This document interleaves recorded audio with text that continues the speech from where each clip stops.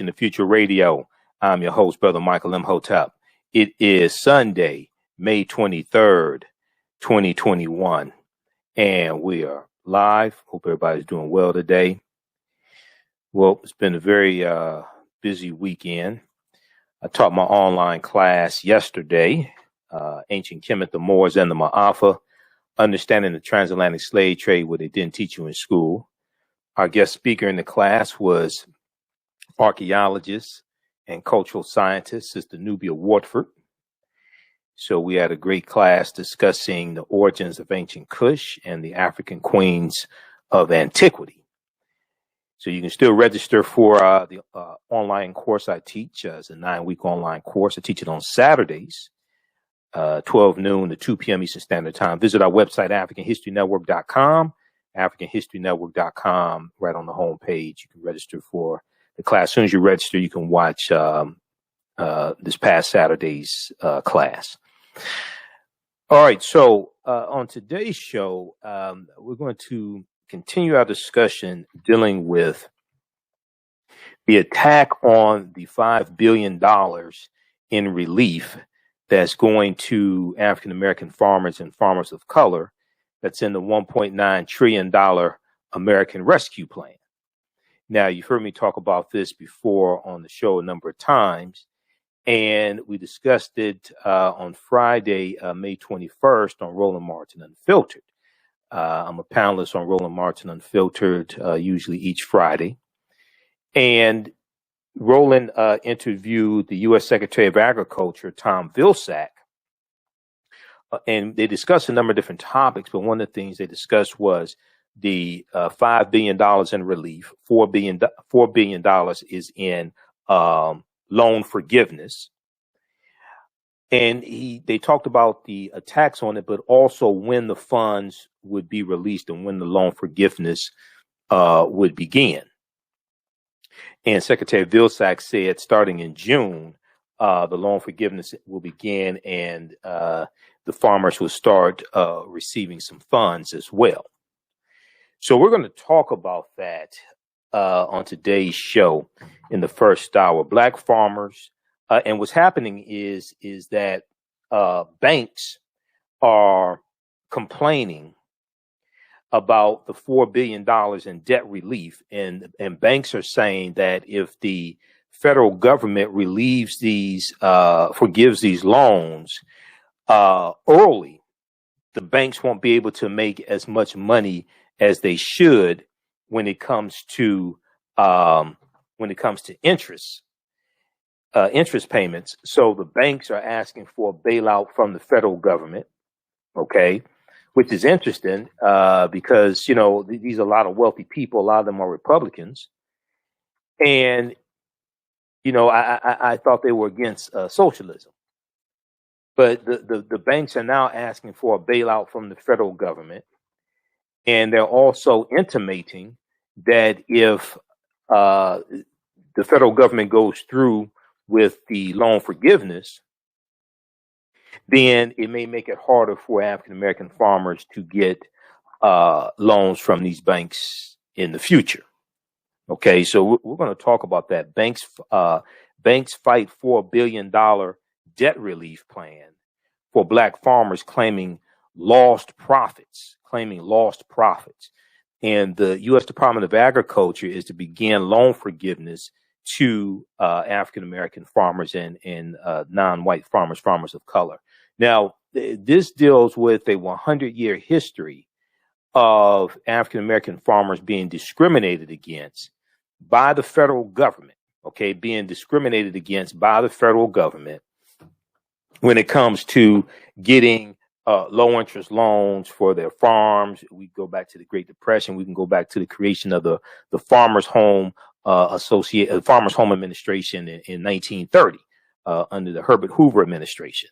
And we can look at the lawsuits that African American farmers have filed over the years. And we know that African American farmers have lost 92% of their land over about the last 100 years. It lost about 12 million acres of land over the last 100 years or so.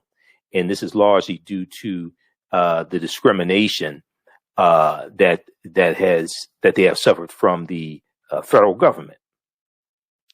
Now, what is also taking place is that you have white farmers who are suing the federal government, saying that they are being discriminated against because they cannot take advantage of the $5 billion in resources and loan forgiveness, etc., going to African American farmers. Okay, but how soon they forget? Because it seems like the white farmers forget that they got almost $26 billion in COVID-19 aid from the Trump administration in 2020, and African American farmers only got 1/10 of 1% of those funds. Okay, so how soon they forget? We've talked about this before, and this came up also during the panel discussion of Roland Martin Unfiltered, and also U.S. Secretary of Agriculture Tom Vilsack talked about this as well. But you have this big article from the New York Times. There's a big article from the Times from, what date is this? May 22nd, from Saturday, May 22nd. We're going to pull it up here on the screen share.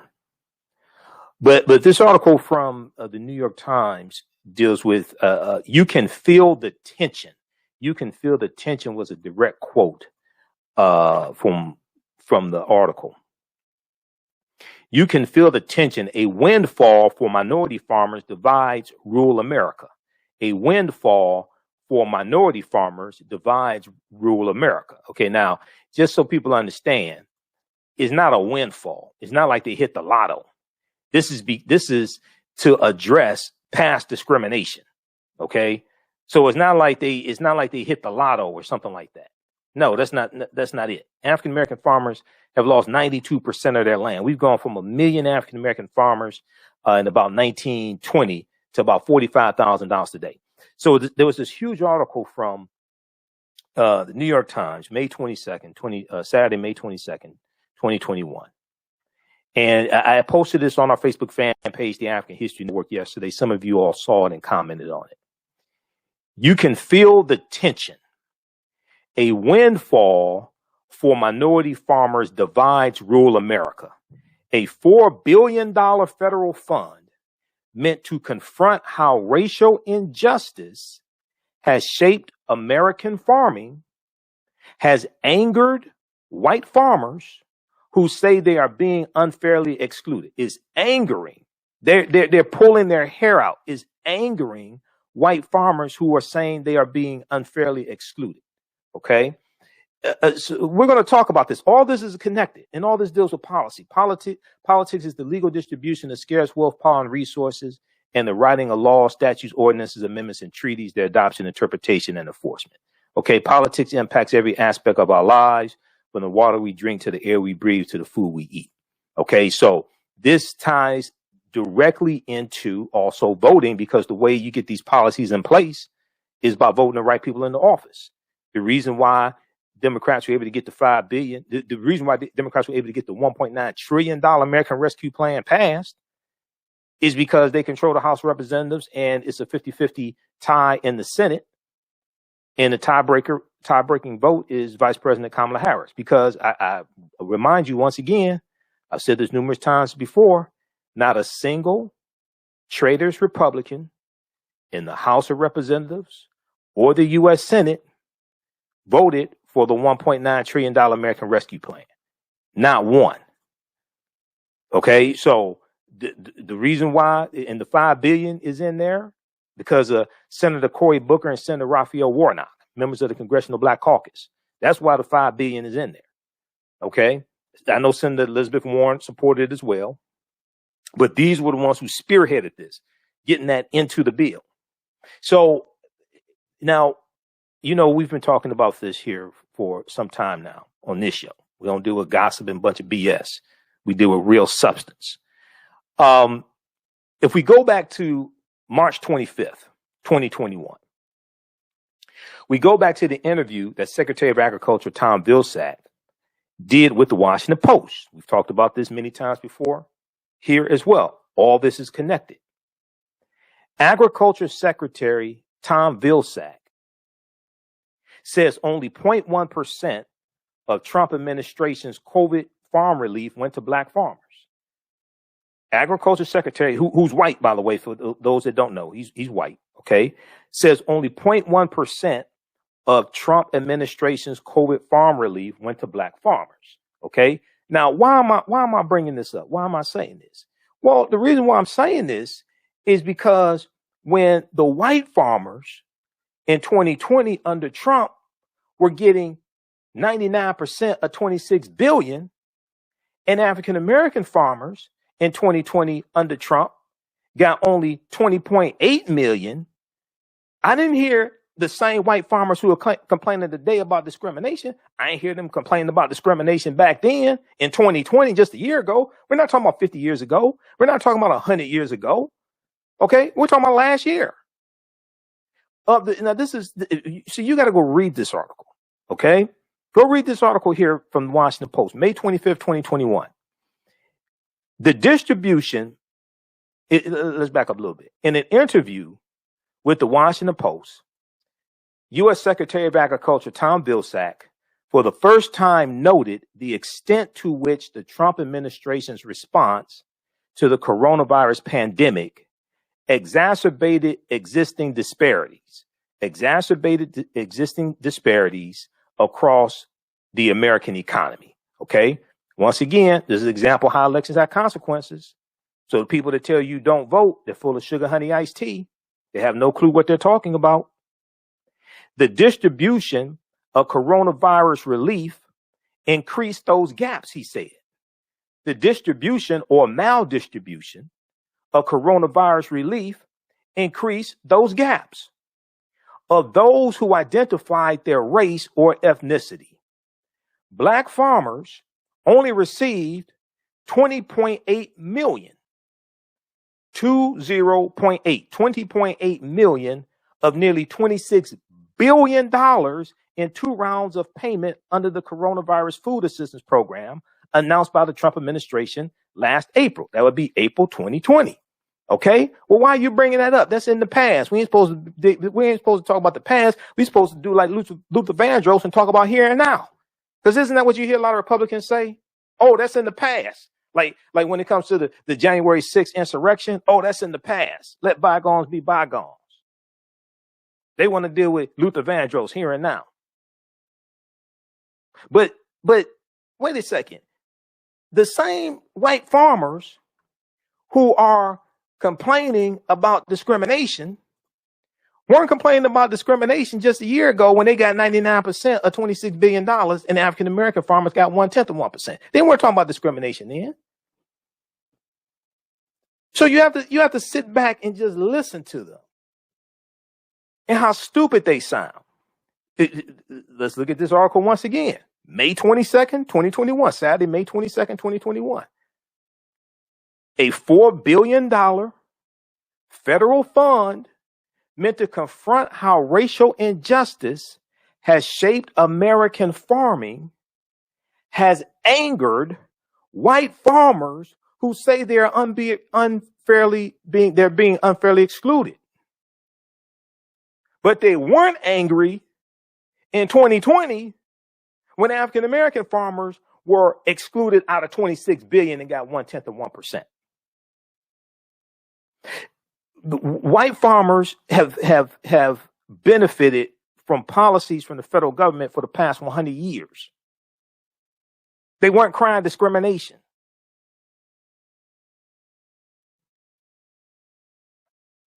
So we're going to talk about this on today's show.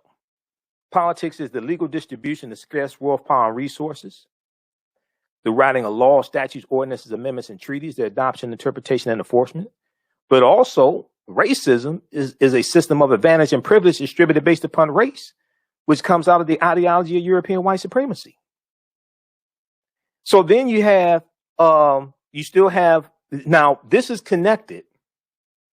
This is all connected to the attack on critical race theory and the attack on the 1619 Project, as well as the 361 bills in 47 state legislatures to the voter restriction bills to reduce how many people can vote.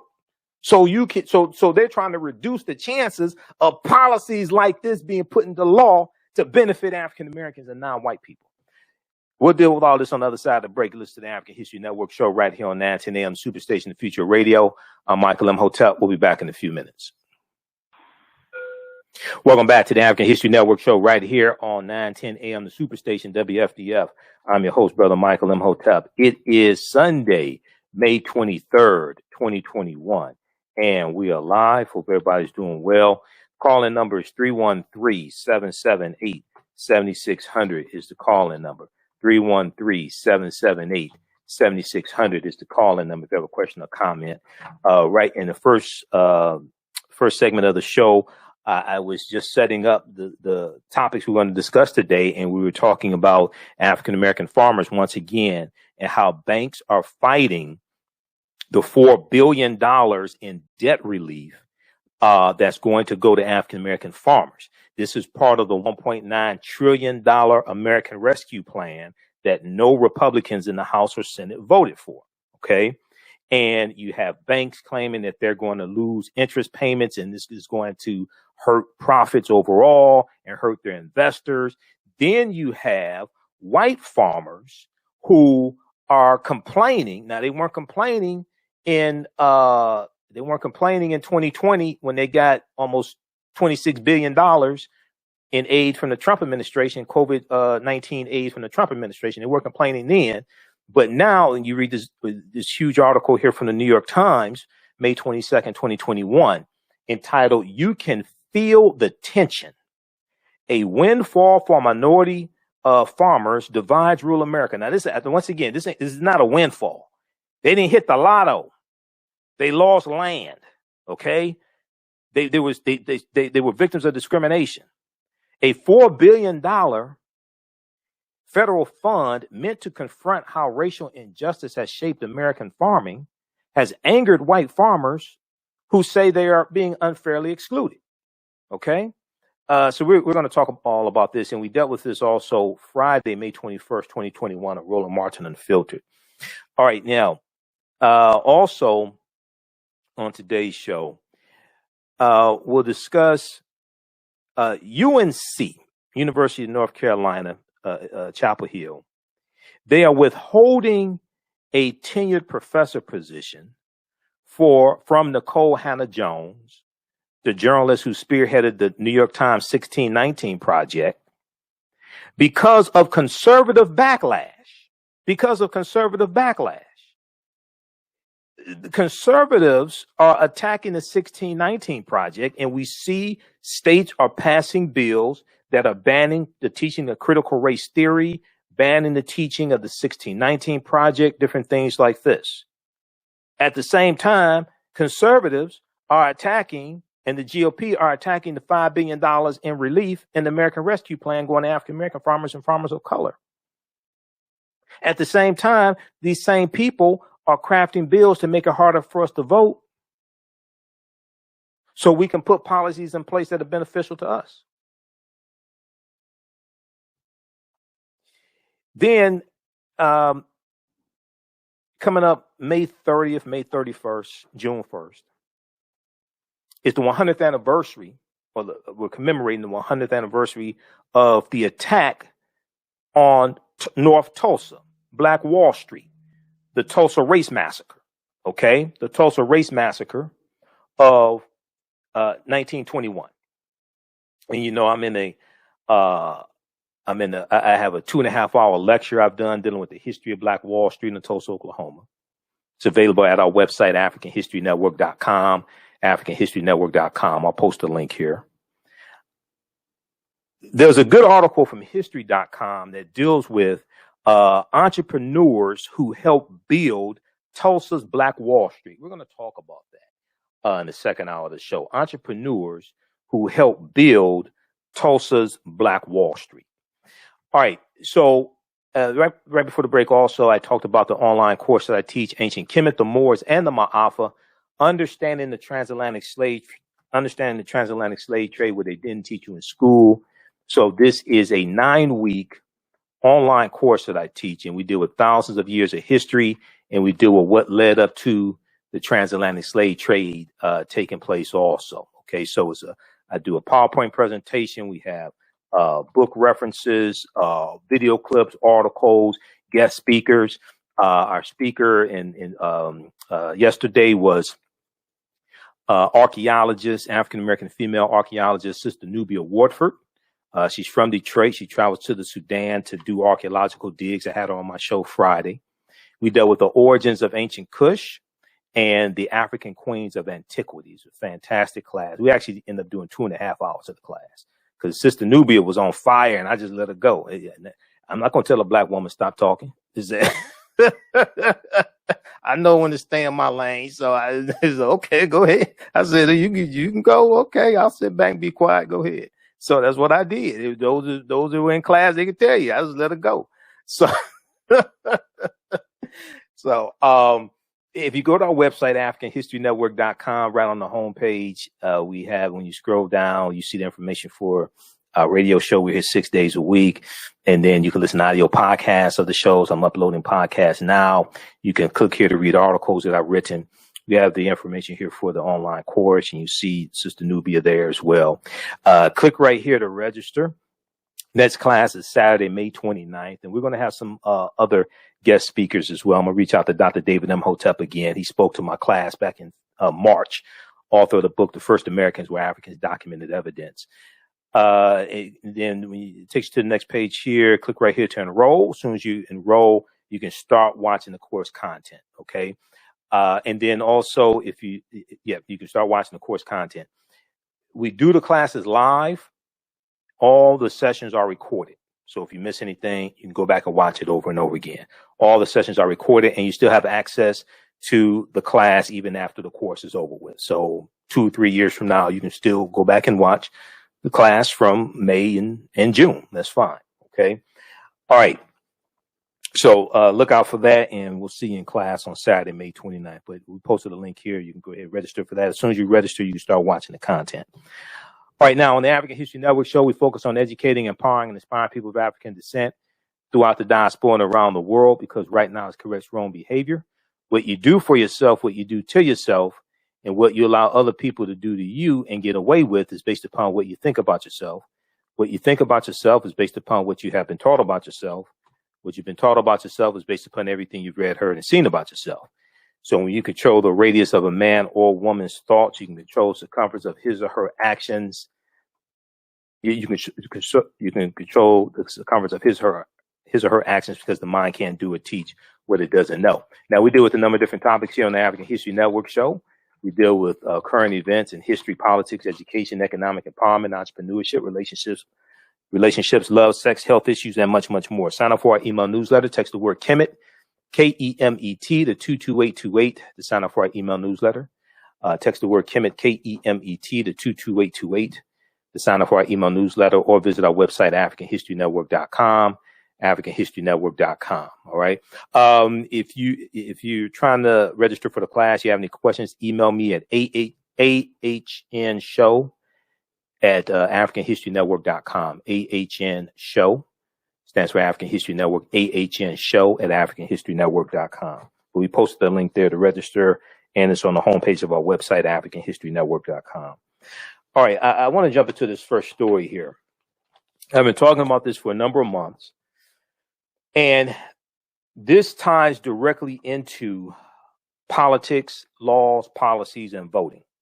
The reason why this $5 billion is in the 1.9, first of all, the reason why you got a $1.9 trillion American Rescue Plan is because African Americans, Latinos, Asian Americans, some white people went out and voted to vote Republicans out of office and keep Democrats in control of the House of Representatives, give them control of the Senate, and vote Trump out of the White House. This is why you have the bill. Okay. And I encourage people to go to whitehouse.gov. At whitehouse.gov, number one, they have all the executive orders that the president signs. There's been 45 plus executive orders. You can go read them at whitehouse.gov, because I'm hearing people say just some of the most asinine things. I could tell they don't read anything. You can go to whitehouse.gov, read all the executive orders Biden has signed. We've talked about them here on this show. numerous times. Secondly, with bills like the American Rescue Plan, the American Families Plan, the American Jobs Plan, which is the infrastructure bill, they have a fact sheet there that goes through and breaks down and shows you how this benefits people. Okay. So this is the American Rescue Plan, the $1.9 trillion American Rescue Plan fact sheet. This is at whitehouse.gov, official website of the White House. You can go through and read this. We'll post a link here. I don't have time to go through it right now, but go through and read this. Okay. And then you have to ask yourself the question, why didn't a single Republican vote for this? Because this benefits people who voted for the Republicans in the first place. This benefits them as well. Why didn't they vote for this? So I want to go back and look at this article here from New York Times. Then we're going to go to clip one, Jalen, because we discussed this on Roland Martin Unfiltered on Friday, and Roland interviewed U.S. Secretary of Agriculture Tom Vilsack. Banks fight $4 billion debt relief plan for black farmers. Lenders are pressuring the Agriculture Department to give them more money, saying quick repayments will cut into profits. Lenders are pressuring the Agriculture Department to give them more money, saying quick repayments will cut into profits. Okay, now that sounds like socialism to me. It sounds like the banks want a bailout. Okay, that's what it sounds like to me. It sounds like the banks want a bailout. Okay, let's look at this here. Just a second. And then I want to look at the one from Axios, because payments and loan forgiveness are going to start in June. This is something that Tom Vilsack just announced on Friday. The Biden administration's efforts to provide $4 billion in debt relief to minority farmers is encountering stiff resistance from banks. Who are complaining, I would add whining. They're whining and complaining that the government initiative to pay off the loans of borrowers who have faced decades of financial discrimination, white farmers, pay attention to this, who have faced decades of financial discrimination, bankers are saying this will cut into their profit investors. Now, the debt relief was approved as part of the $1.9 trillion stimulus package that Congress passed in March without the help of Republicans at all, and was intended to make amends for the discrimination. Pay attention to people who don't understand politics. To make amends for the discrimination that black and other non-white farmers have faced from lenders and the United States Department of Agriculture over the years. But no money has gone out the door yet. Okay. Now, later in this article, it talks about Secretary of Agriculture Tom Vilsack saying the payments are going to start going out in June.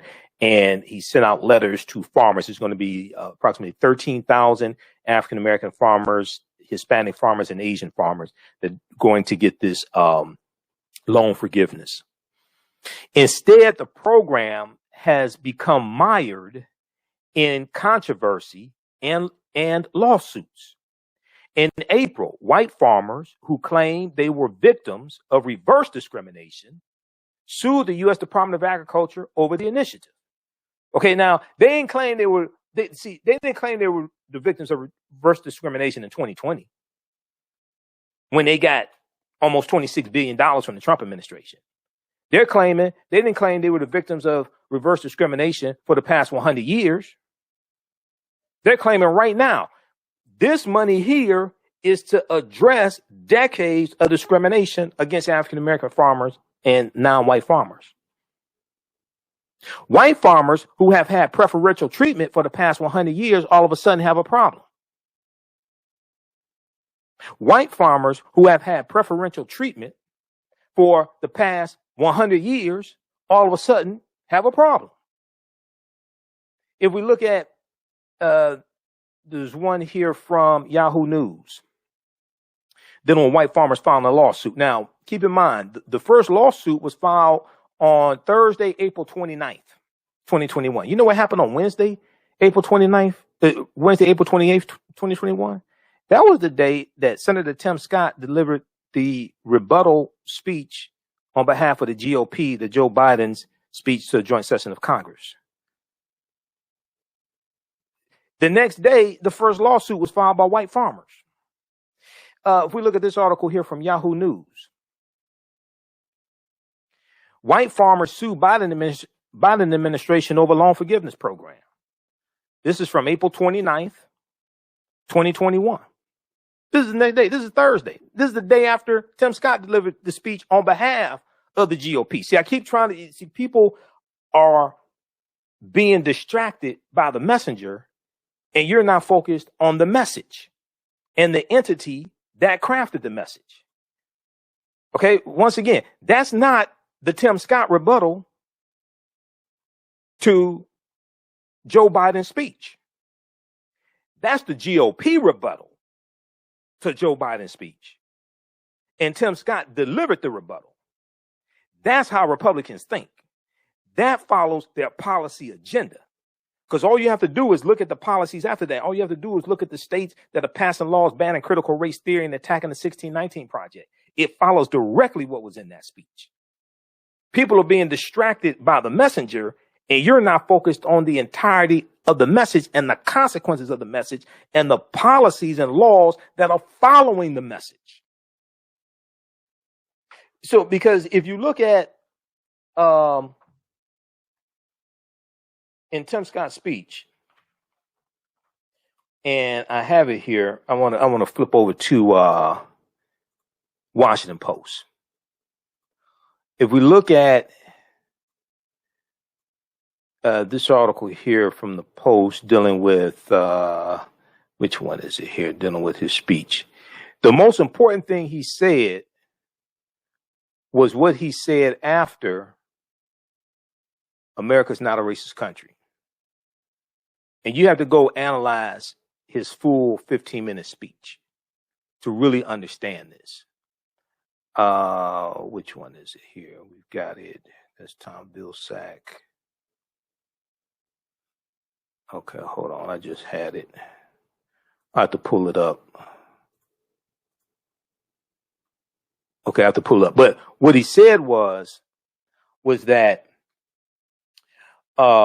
it's backwards to use discrimination to fight against discrimination. Okay, this is what he said after he said America is not a racist country. He said it's backwards to use discrimination to fight against discrimination. Well, that's attacking policies like this. This is what he's talking about. Because Sunday, May 2nd, the Sunday after he delivered that speech, Sunday, May 2nd, he's on Face the Nation attacking the $5 billion that's going to African-American farmers and non-white farmers. But this is the position of the GOP. Okay.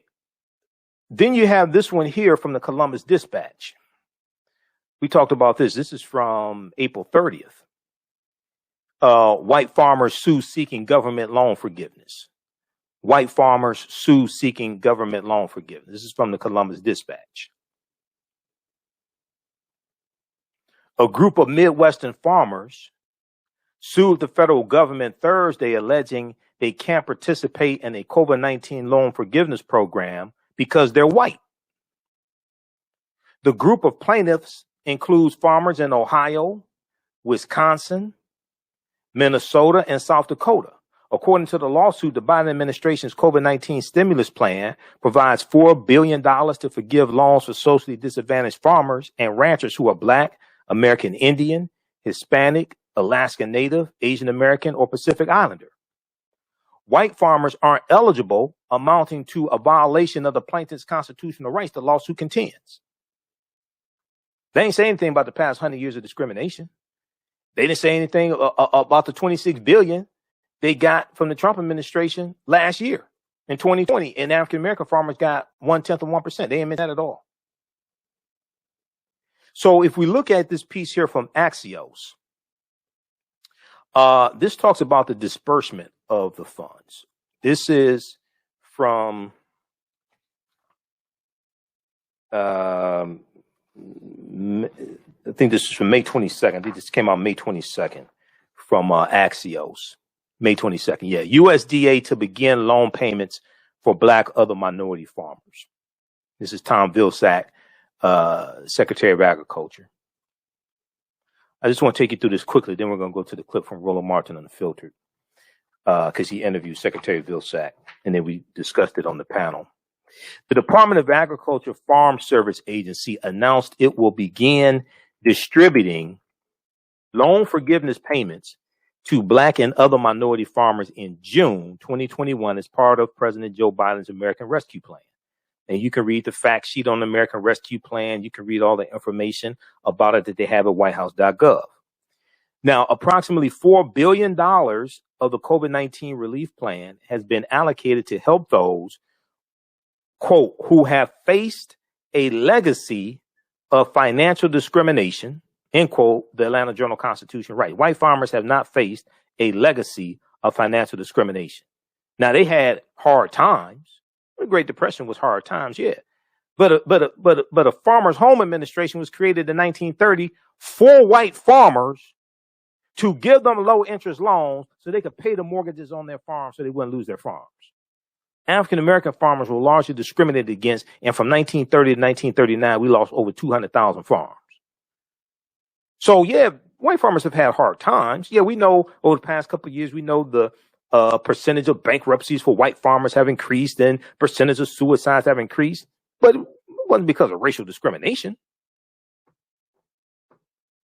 Agriculture Secretary Tom Vilsack told the Washington Post that farmers, quote, will get a letter that advises them that their debt is in the process of being paid.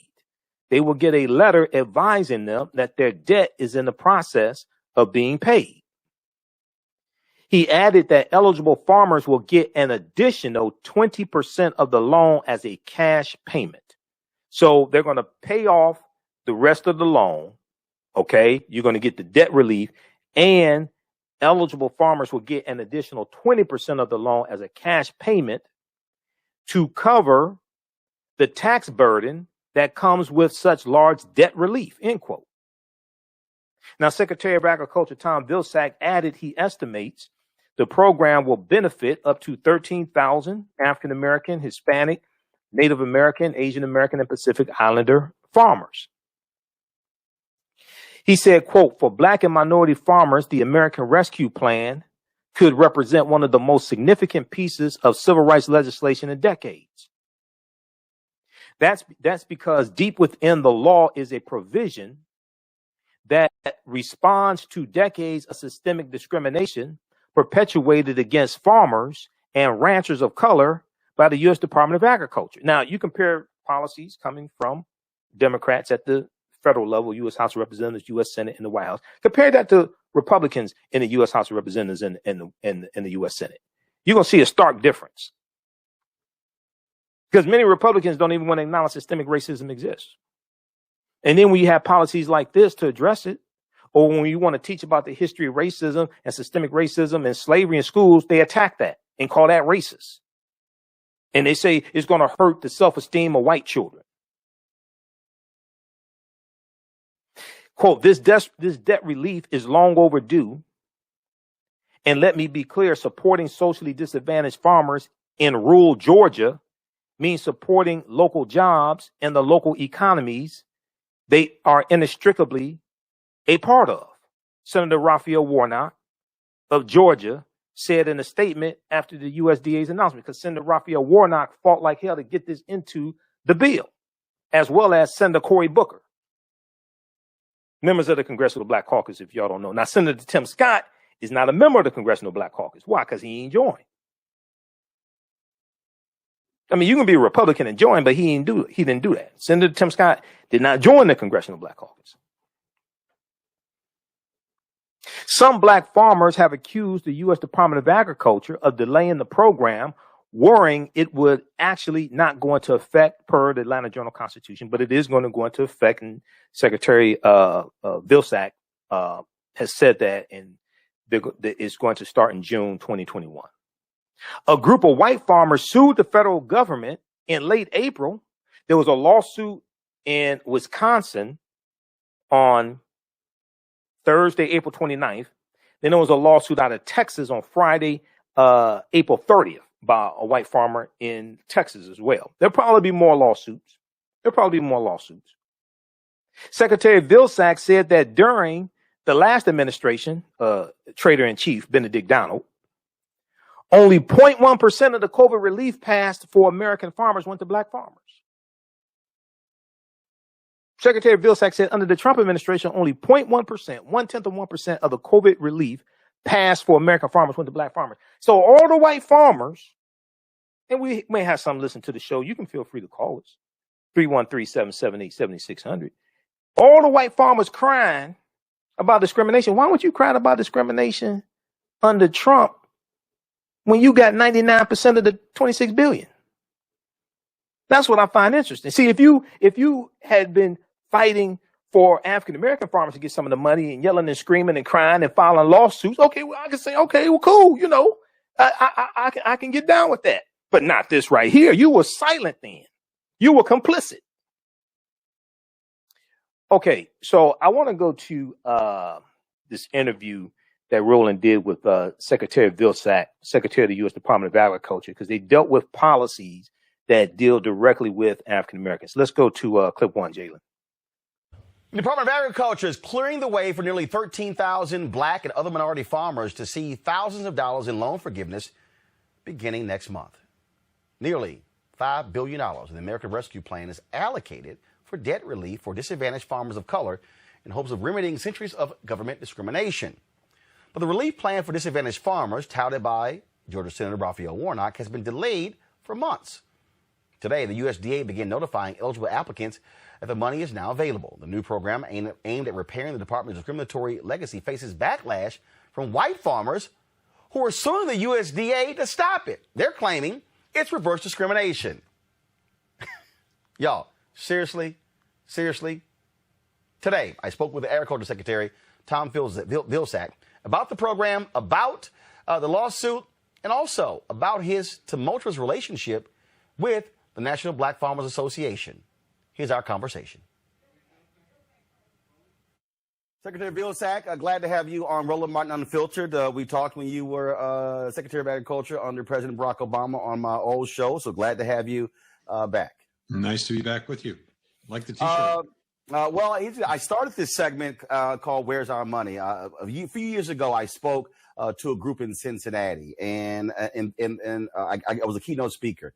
They had a whole initiative where they were focused on economic inclusion, economic apartheid, building financial freedom for African Americans. And so we created this segment, and this ongoing battle with black farmers has been a part of that.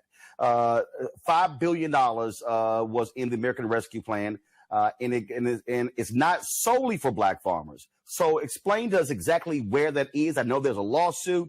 Has any money been dispersed? Exactly what is going on with that particular $5 billion allocation? Next week, the Federal Registry will contain a Notice of Funds Availability, which is a technical term indicating that we've received permission from the Office of Management and Budget to begin the process of paying off the debts of socially disadvantaged farmers. These are farmers who have been discriminated against based on ethnicity and race, so defined by a 1990 piece of legislation. What we're going to do now, a letter is going to go out to each farmer who has a direct loan with the United States Department of Agriculture. These are farmers that borrowed money from the USDA, either to purchase a farm, to operate a farm, or to have farm storage facilities built and constructed. These letters will go out and they will essentially say, we have calculated the amount of your outstanding balance, principal, interest, and fees. This is what we calculate the debt to be. We're going to pay that debt off. And if you agree with this amount, we will also ask that you sign a copy of the letter, return it to USDA, and when you do, we will send you a check for 20% of the amount of the outstanding balance of the loan. Now, the reason we're sending that 20%, Roland, is because these farmers, once the debts are paid off, will have a tax responsibility, a liability, and the 20% is designed to help them pay that tax. We're focusing on direct borrowers initially because they represent roughly 85% of the entire borrowers that are affected by this piece of legislation. The other borrowers are called guaranteed borrowers. These are people that went out, borrowed money from a bank, and we at USDA guaranteed the loan.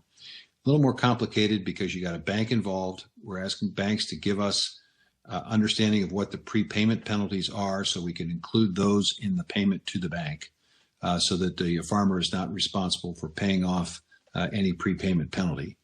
And then we'll obviously get them the 20% as well.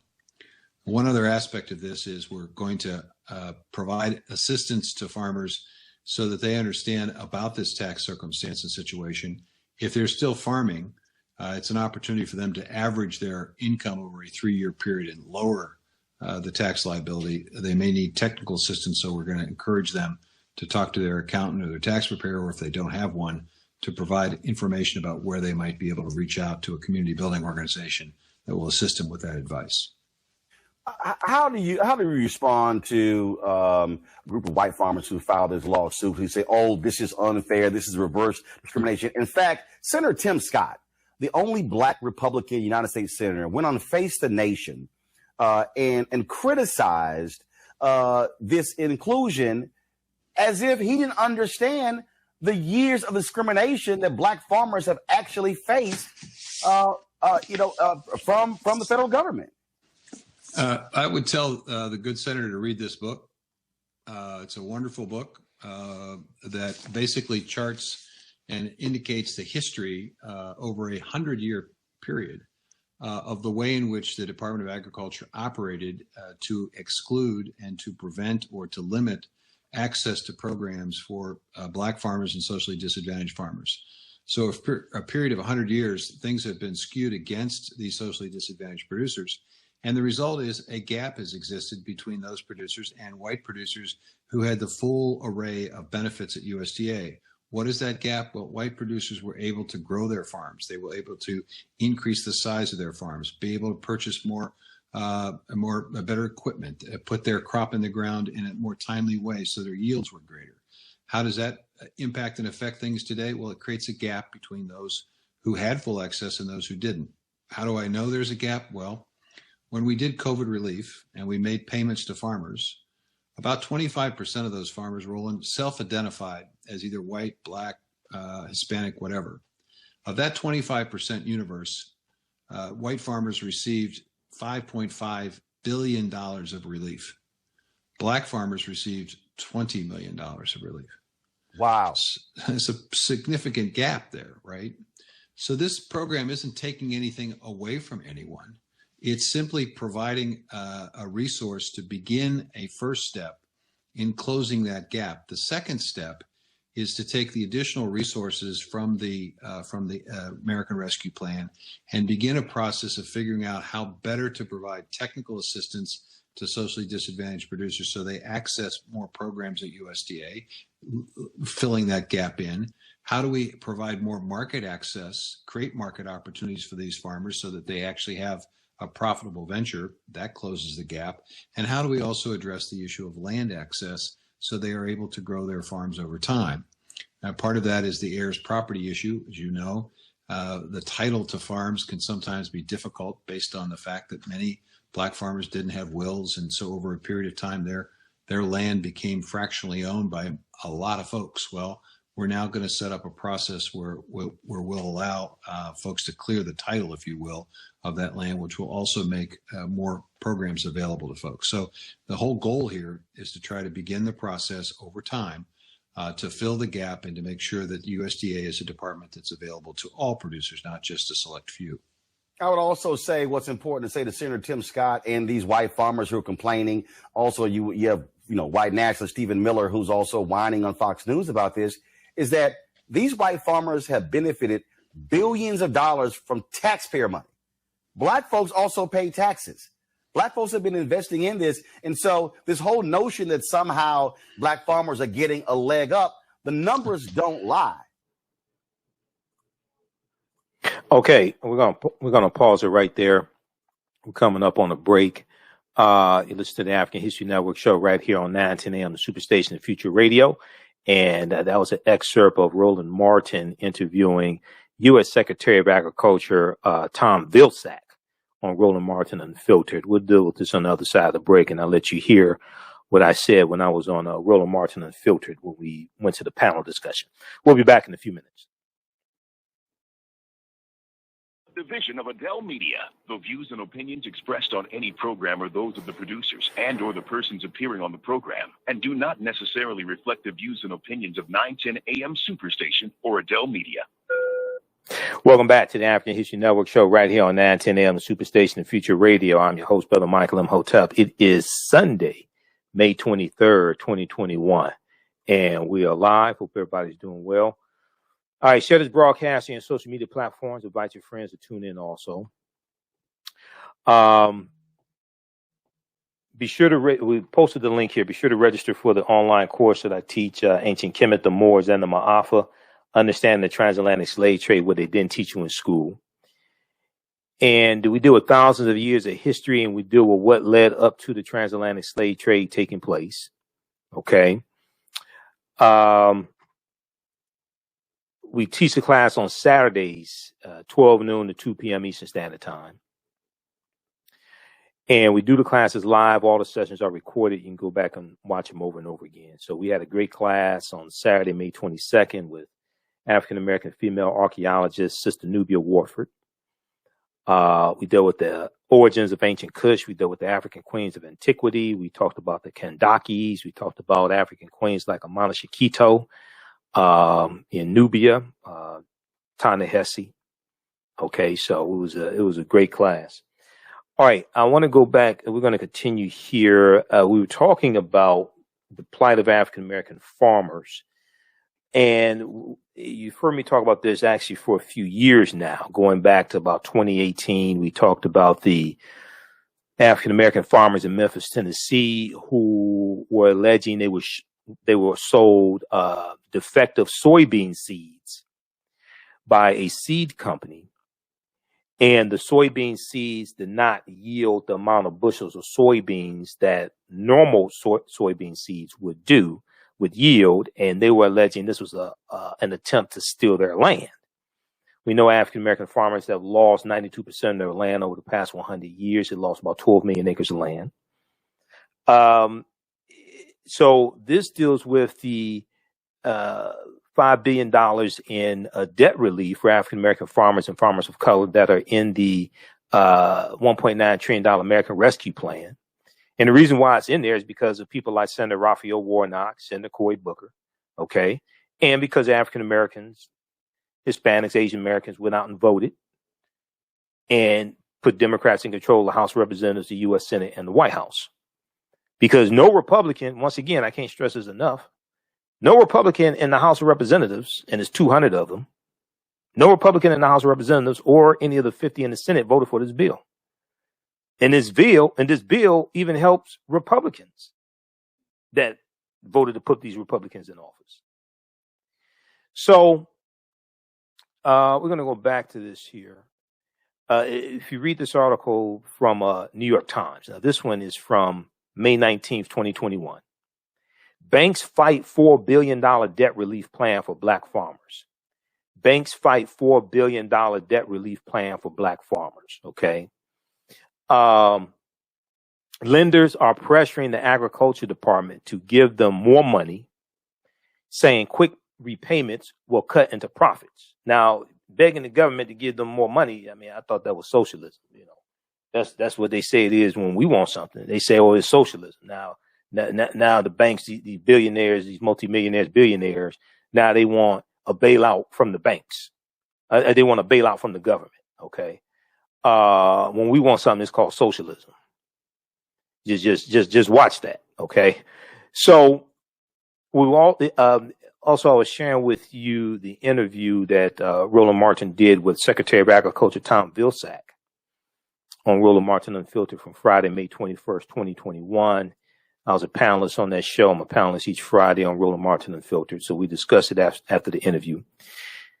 Also, we were talking about this piece here from Axios.com from May 22nd, 2021. USDA to begin loan payments for black other minority farmers. Read this as well, because it's going to start in June. The loan forgiveness and the cash payments are going to start in June of 2021.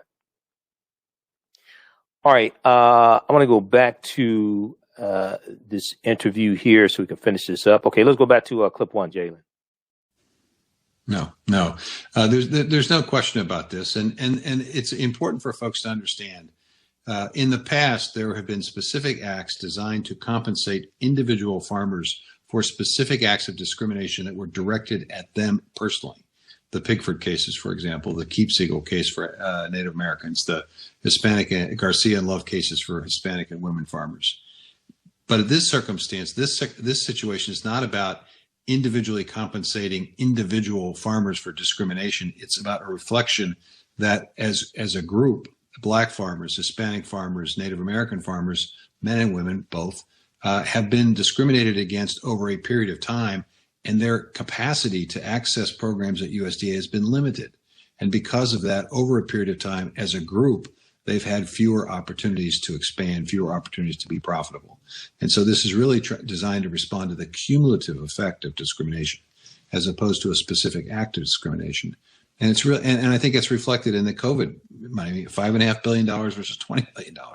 I mean, when it's pretty clear here that the system is designed and set up to benefit those who have large farms and those who have significant yields. Well, who are those people? Most often they are white farmers. You also, New York Times reported this, that you have these three banking groups, the American Bankers Association, the Independent Community Bankers of America, and the National Rural Lenders Association, complaining that this program is going to cause folks to pay off their debts early, is going to hurt them.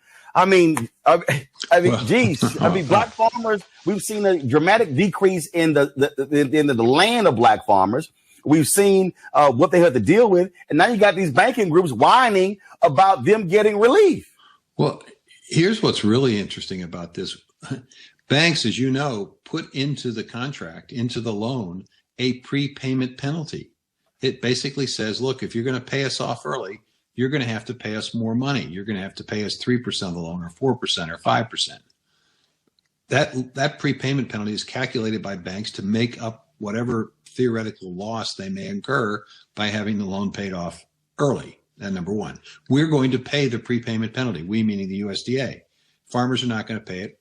The USDA is going to pay it. So banks are going to get that additional 3% or 5%. Plus they obviously get to loan the money back out again, and they may be able to loan it at a higher interest rate, which means they'll probably make more money. And then finally, with any outstanding loan, there's always the risk that the loan doesn't get paid. And there's foreclosure actions and expenses involved in that. And there's actually a loss that often occurs. Well, we're eliminating any risk of foreclosure here because we're paying off all of the loans. No one is going to be foreclosed on. No one's going to eventually have to go into bankruptcy. Those are expenses the banks have to incur. So frankly, I am surprised. And I'm actually, I think it's incredible that some banks have suggested, well, geez, if you pay us off, that may mean that we may not lend money in the future to socially disadvantaged farmers. I mean, seriously? I mean, it's just shocking to me that people would even make that argument, given the prepayment penalty, given the fact that there's no risk of foreclosure or loss, and given the fact that they can lend the money out maybe at a higher interest rate. I mean, it's just incredible. So there's been a lot of friction between you and the National Black Farmers. I've had John Boyd on my show many times.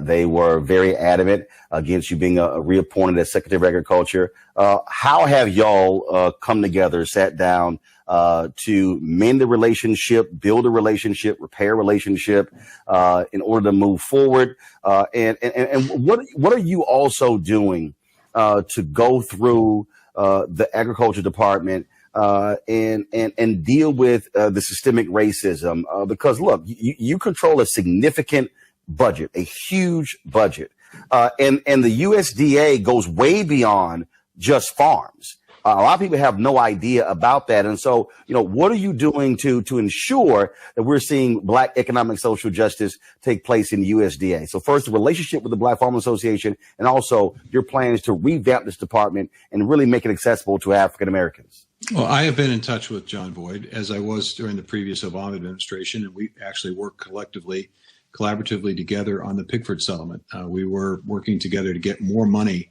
I went to President Obama and asked to increase the level of Pigford payments from $100 million that Congress had authorized to $1.1 billion. So we were able to secure an additional $1 billion. I have reached out to John. We've texted back and forth.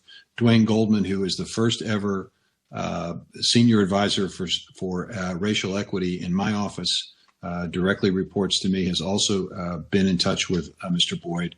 And we have made an effort not only to reach out to his association, but to all the associations to get input, first and foremost, about how best to organize and operate this debt forgiveness program. And I think we've taken into consideration the input that we've received from that outreach. We've had a call center. We've put frequently asked questions on the website, and we've also had meetings with these groups to solicit their input. In fact, I just got off a call that the White House organized with a number of these groups to give them a heads up on what's happening in terms of the debt forgiveness program. So there's been significant outreach, and that's going to continue.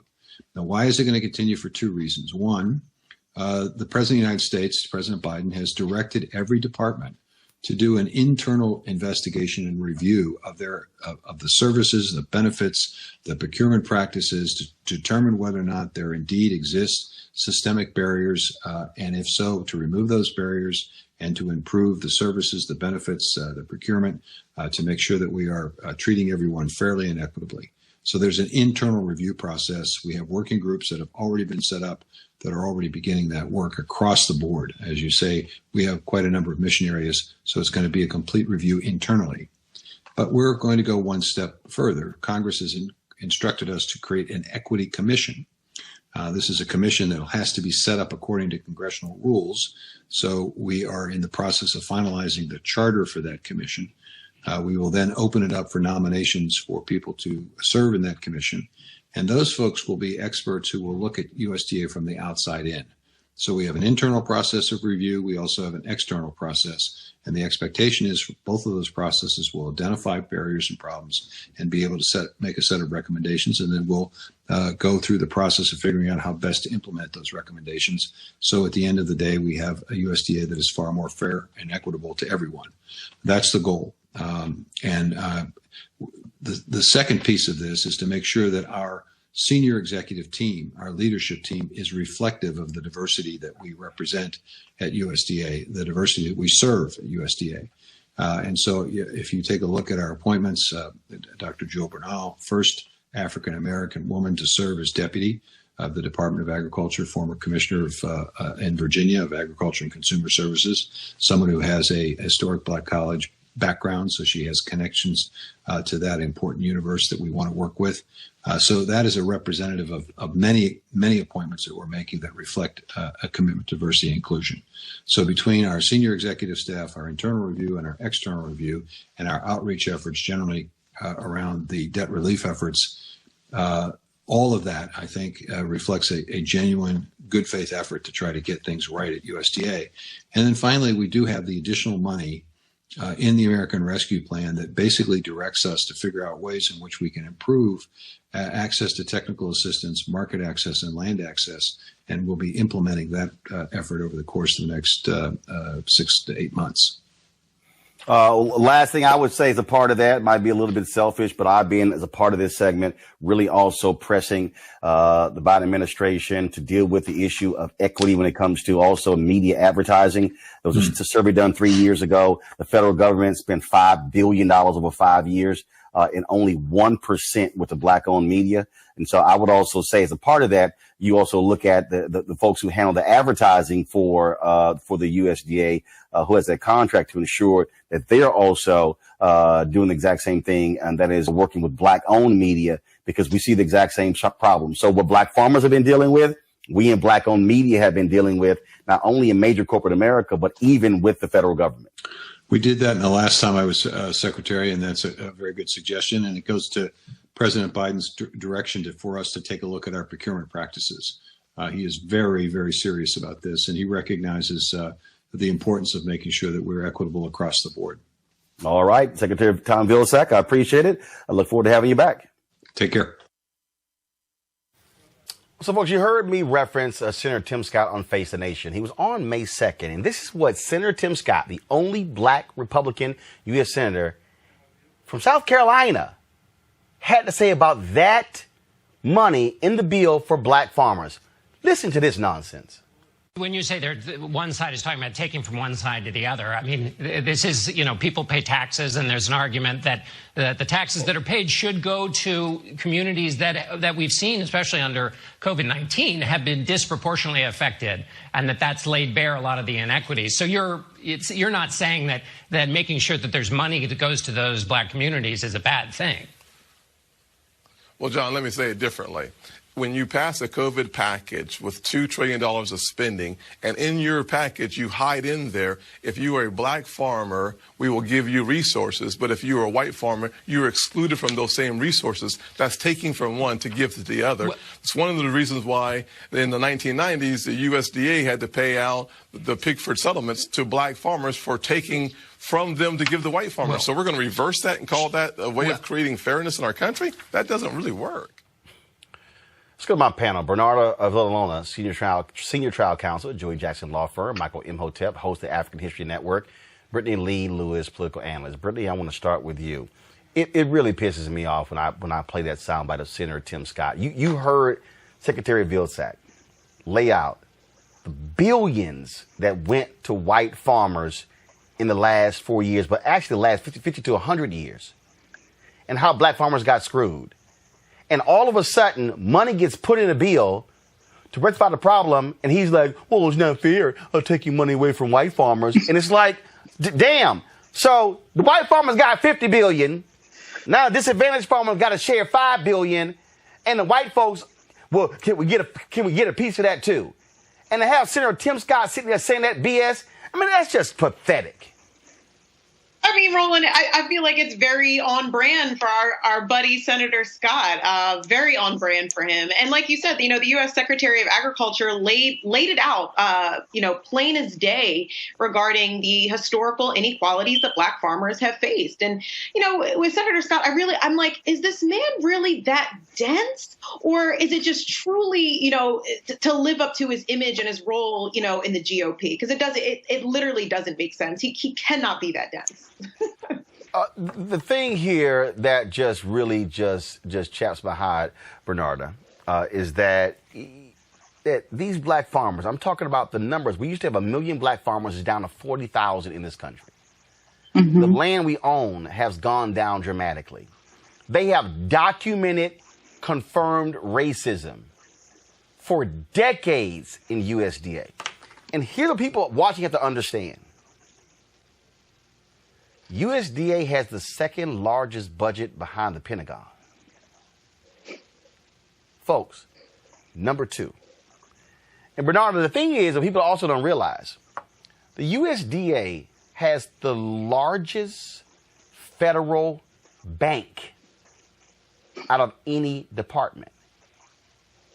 A significant number of things in America have been built in rural America that was funded by the USDA bank.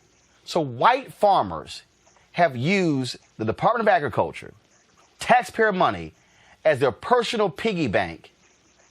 And you got these white farmers and Senator Tim Scott whining and complaining because finally we're trying to rectify the problem. Oh, and I think Senator Tim Scott, in his mind, he thinks that he's actually sane and normal. Obviously, he's been drinking his own Kool-Aid for too long that he doesn't realize what he is saying, how it actually affects people, because he's doing a bit too much in order to satisfy his GOP, in order to move forward, to continue getting the votes and being the person that he is. For me, I'm just embarrassed. I am insulted by his comments, and, it's just ignorant. Hey, pause it right there, Jalen. Pause it right there. Okay. Everybody, listen to this. Press play. Oh, we're coming up on a break. we get, okay, pause it right there. I forgot. We're coming up on a break. We'll hold that to the other side. You're going to hear my response.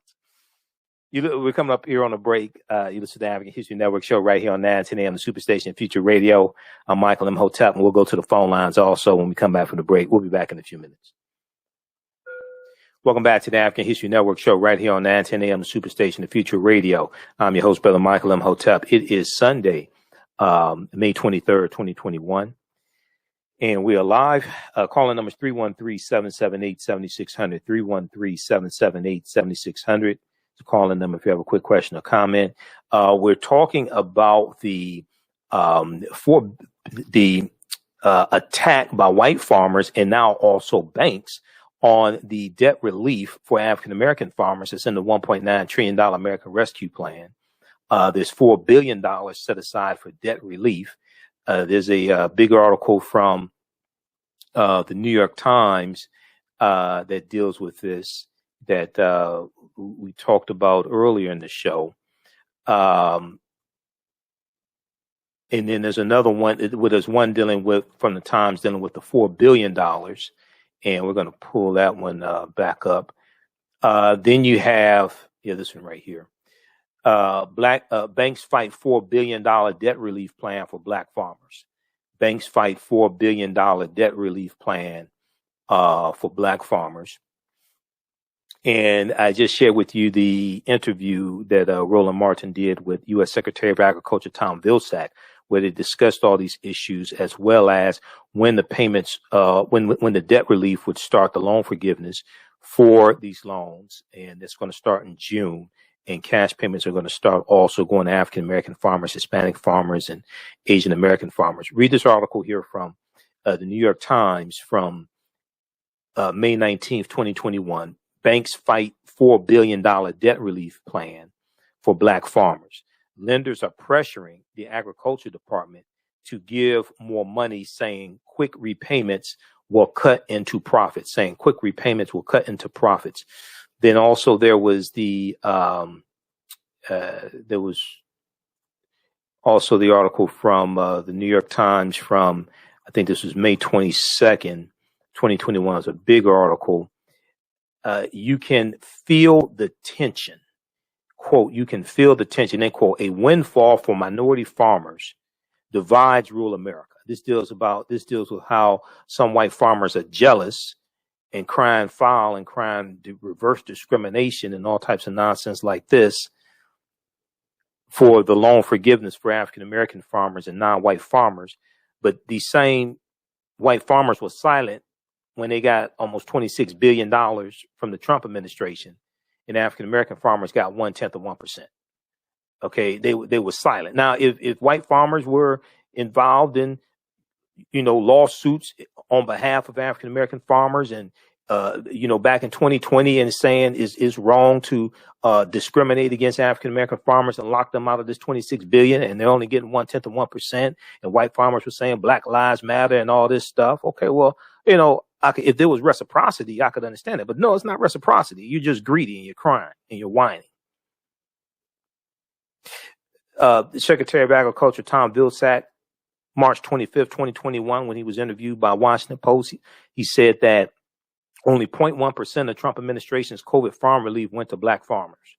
I ain't hear any of these white farmers crying discrimination and racism then.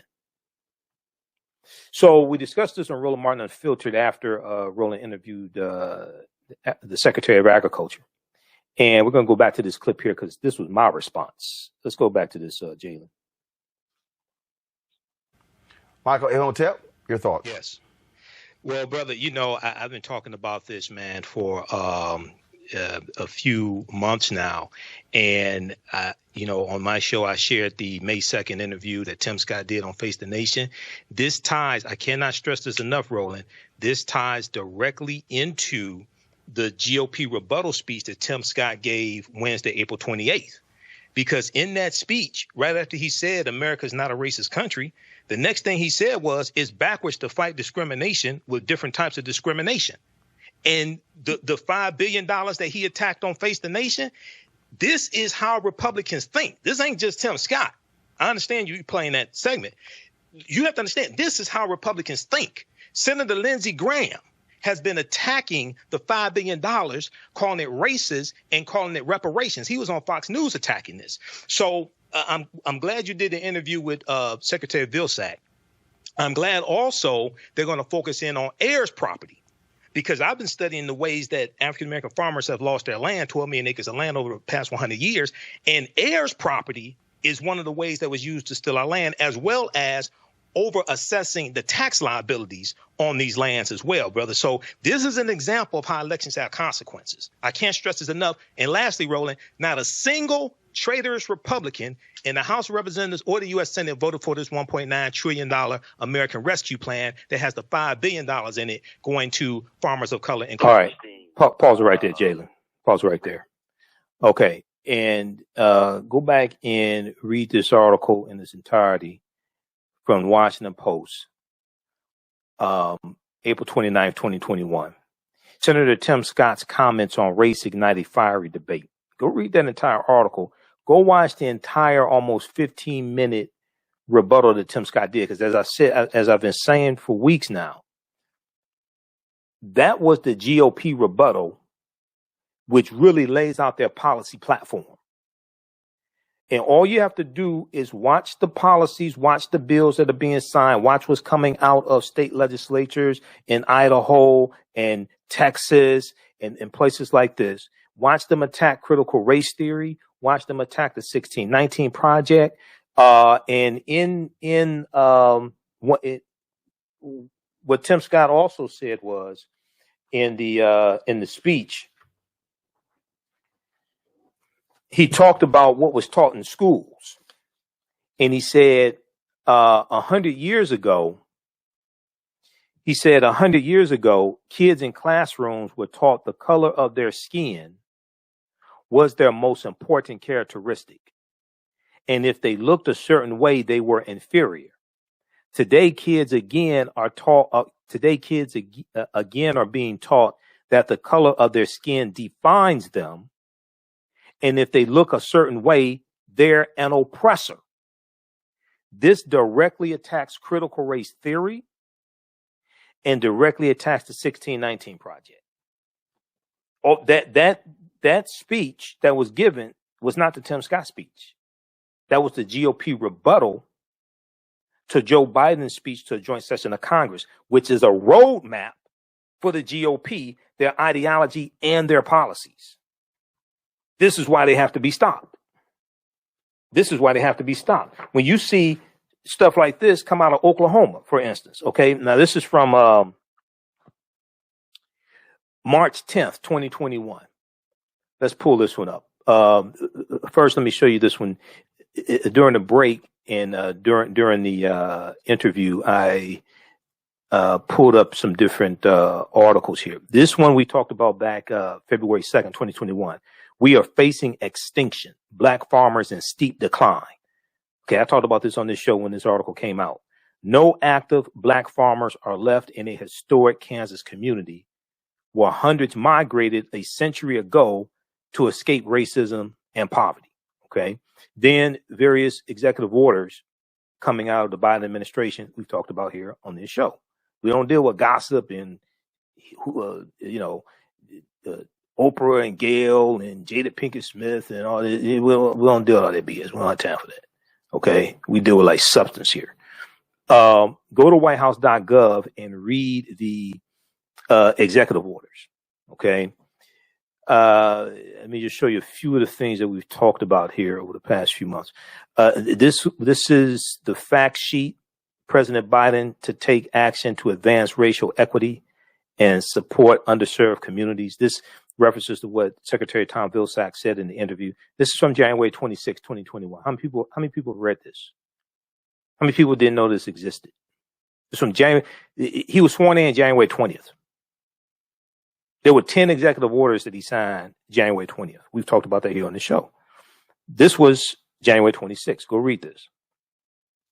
Then you have, let me see. I want to just show you the ones that I just showed you while during the interview. This one here, memorandum on redressing our nation's and the federal government's history of discriminatory housing practices and policies. January 26, 2021 also. Read that as well. Then we have, because that deals with redlining and all that, discriminatory housing practices, which tie into the wealth gap. That's part of what contributes to the racial wealth gap. Then we have this one right here. This is from day one, January 20th. That was the day of the inauguration. There were 10 executive orders signed that day. You can read them all at whitehouse.gov. Executive order on advancing racial equity and support for underserved communities through the federal government. Okay. So this is what I was showing during the interview. Now, there was one other one. Oh, okay. And I showed you the fact sheet for the American Rescue Plan. We talked about that as well. Go read that also. Now, there was, okay. This one right here from Oklahoma. And this is from Huffington Post. I'm going to see if we can pull this up quickly here. Oklahoma House of Representatives. Let me see. Oklahoma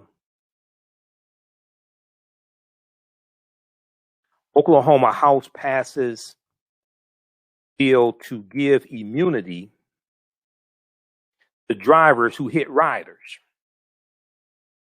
Okay, this is from this one here is from the Huffington Post. Who do you think this is targeted towards? Oklahoma House passes bill to give immunity. Let me get these ads out of here. To give immunity to drivers who hit protesters. The legislation approved by the Republican-led House, this is in Oklahoma, the State House of Representatives. The legislation approved by the Republican-led House comes after Black Lives Matter protesters last summer. Black Lives Matter protests last summer against racist police violence. So I want to make sure I understand this. Okay, so Black Lives Matter protesters protest against racist police violence. The response to that from the Oklahoma State Legislature is to pass a law giving immunity from anybody who drives into a crowd of Black Lives Matter protesters and hits them or kills them. That's the response. This is from, how many people saw this? This is from March 10th, 2021. See, this is why state legislatures are so important, and who's in state legislature, who's in office in the state legislature, state Senate and state House of Representatives. The Republican majority Oklahoma State House passed a bill on Wednesday. This is back in March, mid-March, that would grant immunity to drivers who unintentionally run over protesters. Oops, my foot slipped. Oops, I did it again. Oops, did I do that? They're going to do a Steve Urkel and a Britney Spears. Remember Britney Spears said, oops, I did it again? And Steve Urkel said, did I do that? Okay. Somebody said my foot slipped. I got a cramp in my foot. My foot went down on the accelerator. I just ran into a crowd of 50 Black Lives Matter protesters. I'm sorry. I didn't mean to run y'all over. I'm sorry. I didn't mean to back up over you either. I'm sorry. You know, I got my arthritis. I got a cramp in my arthritis when I put in reverse and I ran back over you again. I'm sorry. I didn't mean to do that. Did I do that? In an early morning vote along party lines, with 79 votes in favor and 18 votes against, state lawmakers approved legislation that would remove criminal or civil liability for any driver who unintentionally injures or kills someone. Hold on, I want y'all to understand this. You don't understand how crazy these people are. Okay?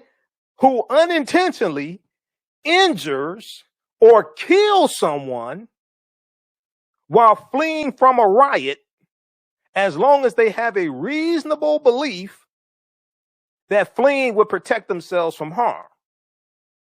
So now, because you gotta, because you're gonna have unreasonable people trying to run protesters over, and then they say, "I fear for my life." This is going to be the new "I fear for my life." Okay? You already got police officers with guns when it's dealing with unarmed people saying, I fear for my life. Now you're going to have people in cars saying, I fear for my life, so I ran these black people over because I had to get away. The bill would also allow protesters to be charged with a misdemeanor if they unlawfully obstruct traffic, punishable by up to a year in jail and a $5,000 fine. So I'm gonna make sure I understand this. In Oklahoma, I ain't going in Oklahoma. Oklahoma's what Tulsa is. Oklahoma is what the Tulsa race massacre is. So they did this just a few months before the 100th anniversary of the Tulsa race massacre, when a bunch of jealous white people, estimates of 10,000 to 15,000, came into North Tulsa and damn near destroyed it. Killed African Americans, looted our homes, burned down the homes. There's about 1,200 homes looted. Okay, now they're doing this. This is in March. They're doing this like 3 months before the 100th anniversary of the Tulsa race massacre.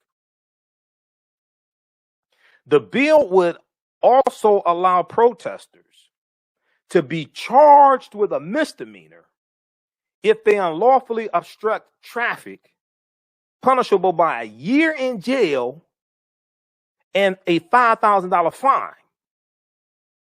But if you accidentally run over a protester with your car, unintentionally, no penalty, no fine, no jail time. If you accidentally run them over and kill them, not a problem, nothing to see here. Your foot slipped, okay. The legislation follows widespread protests in Oklahoma and across the country last summer against racist police violence. Black Lives Matter protests have repeatedly been targeted by vehicle assaults. At one such protest in Tulsa, Oklahoma, a truck drove through Black Lives Matter protests on a highway. Several people were seriously injured, according to the Oklahoman, the newspaper there in Tulsa. And the county district attorney did not charge the driver. You know, this sounds like another Tulsa race massacre, but this time with a car. See, last time they used machine guns and they flew over in airplanes and dropped turpentine bombs. This time they're using the vehicle. This time they're using a car with no guns.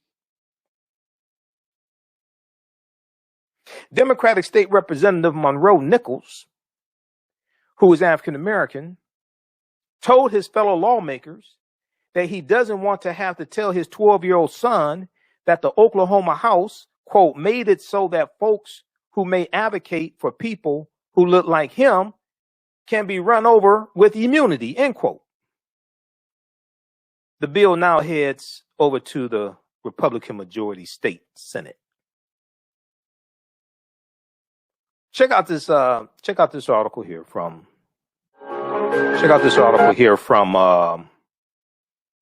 Huffington Post. Oklahoma House passes bill to give immunity to drivers who hit protesters. Also in Oklahoma, they passed the bill to ban critical race theory. We talked about this as well. Which one was that? That was Governor Kevin Stitt.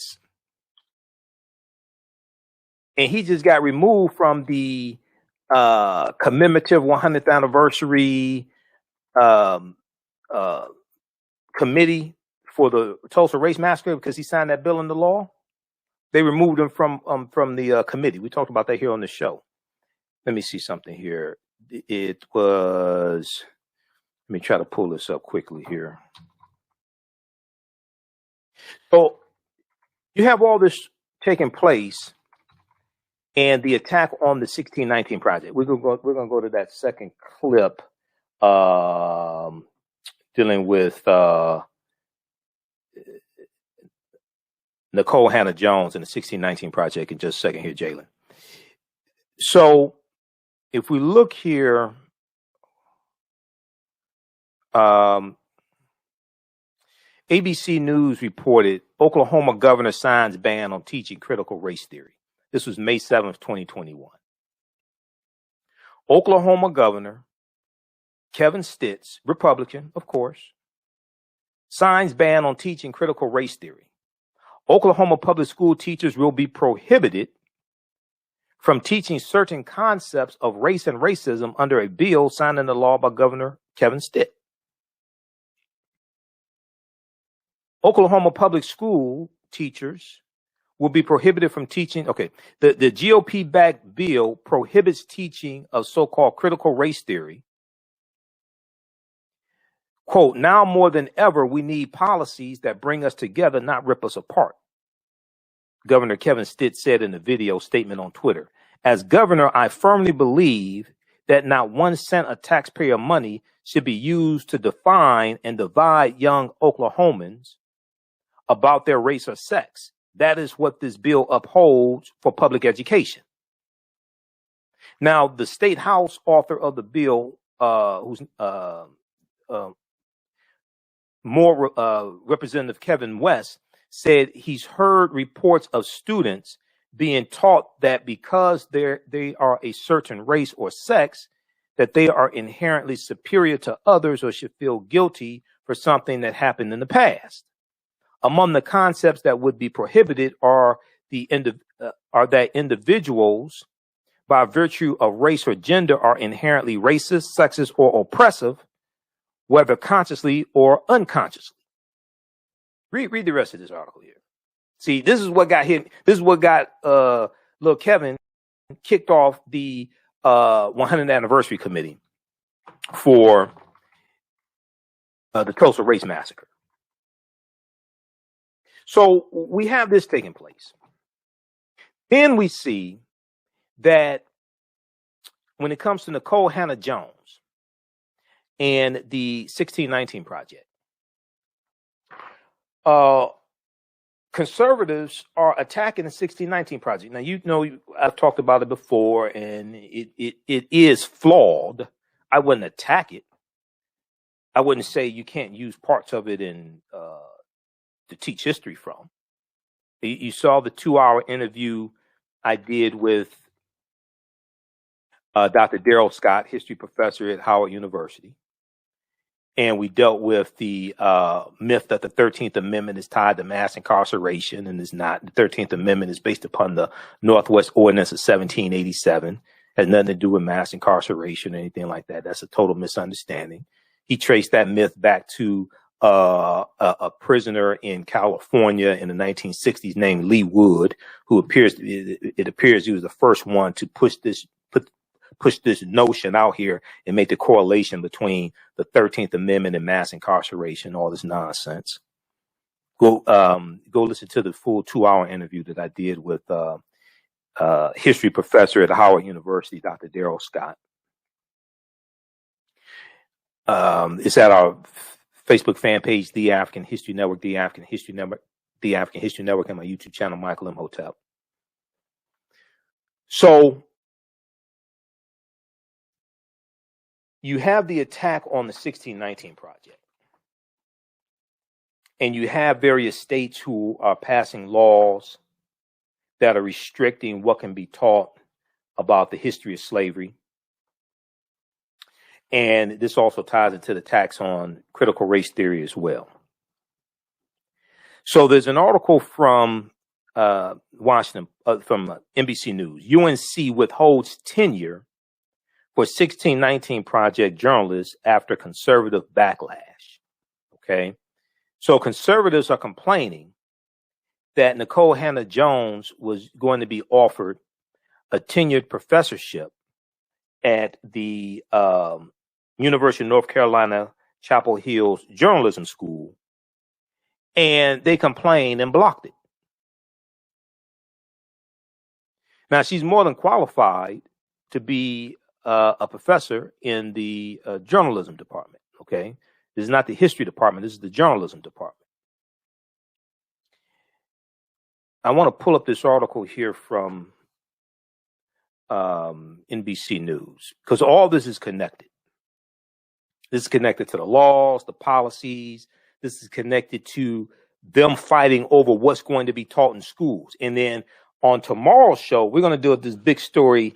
There was a big article in the New York Times dealing with Texas and how there's a fight over the history that's going to be taught in schools in Texas and how to teach about the history of slavery in Texas. And we know Texas was admitted to the Union in 1845 as a slaveholding state. Texas has a deep history of slavery.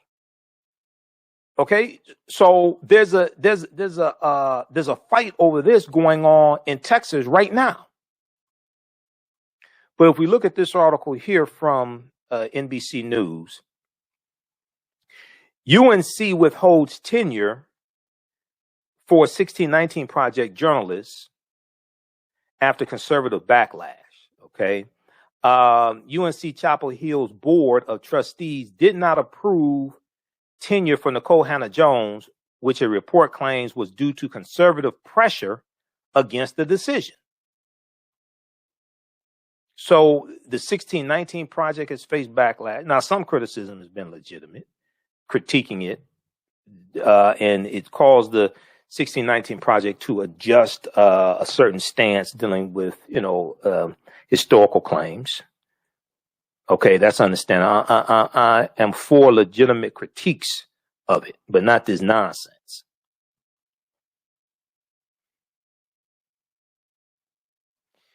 The University of North Carolina Chapel Hill Journalism School is not offering Nikole Hannah-Jones, the Pulitzer Prize winner, creator of the New York Times 1619 Project, a tenured professorship after facing pressure from conservatives. NC Policy Watch first reported that the UNC Chapel Hill's Board of Trustees had decided not to approve tenure for Nikole Hannah-Jones at the Hussman School of Journalism and Media, according to the 19th, the publication the 19th. She is the first person, according to the 19th, she is the first person in this role at UNC Chapel Hill to be denied tenure by the board. Okay, according to the 19th, she is the first person in this role at UNC Chapel Hill to be denied tenure by the board. Now, the university announced last month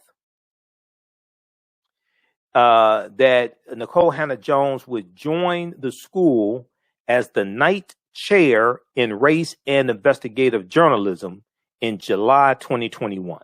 The Knight Chair in Race and Investigative Journalism in July 2021. Conservatives quickly condemned the university's decision to offer Nikole Hannah-Jones the tenure track position. Now, when asked, okay, so why did they deny her this? It's speculated that the reason that they're giving is saying that she lacks academic experience. Okay, this is the reason, that the ostensible reason that is being given. An associate professor at Hussman named Dean Freeland, D-E-E-N, Dean Freeland, and let me scroll down to that, said he and other faculty were shocked, right here. Dean Freeland, an associate professor at Hussman, the School of Journalism there at UNC Chapel Hill, said he and other faculty were shocked and blindsided by the board's decision. Associate Professor Dean Freeland said faculty members were told that the board chose not to act on Nikole Hannah-Jones' tenure because of her lack of academic experience. But he went on to say, quote, there have been other folks who have been tenured from various professional realms that have also not had a whole lot of academic experience. So they came from the real world, whatever the profession they were in. They were very experienced in their profession. They were at the height of their careers. They got tenureship at a university because of their professional experience, not because of how long they've taught in the university, at the university. And because oftentimes, teaching at a university, you're like in the bubble. That's not the real world. The experience is out in the real world, not the classroom.